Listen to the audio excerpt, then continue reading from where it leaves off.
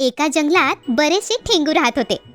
अगदी छोटेसे, अंगठ्या एवढीच माणसं ती. चंदू, टिनू, चंपू अशी काहींची नावं होती. गावच वसलं होतं त्यांचं. एकदा काय झालं, जंगलाची ती सगळी जागा कुणीतरी विकत घेतली. तिथे घर बांधायचं ठरलं. कामगारांसाठी तात्पुरती घरं तयार झाली. मग ठेंगू, ससे, चिमण्या, उंदीर सगळ्यांनाच घाईघाईने ती जागा सोडावी लागली. चिमण्या उडून दुसऱ्या जंगलात गेल्या. ससे थोड्या दूरच्या डोंगरावर गेले. उंदरांनी घर बांधून होईपर्यंत तिथेच लपून राहायचं ठरवलं. कारण त्यांना माहीत होतं की कामगारांच्या घरात खायला मिळणारच आहे.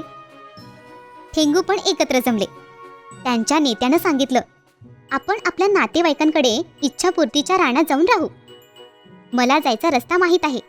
एक डोंगर, एक नदी ओलांडली की येतं ते.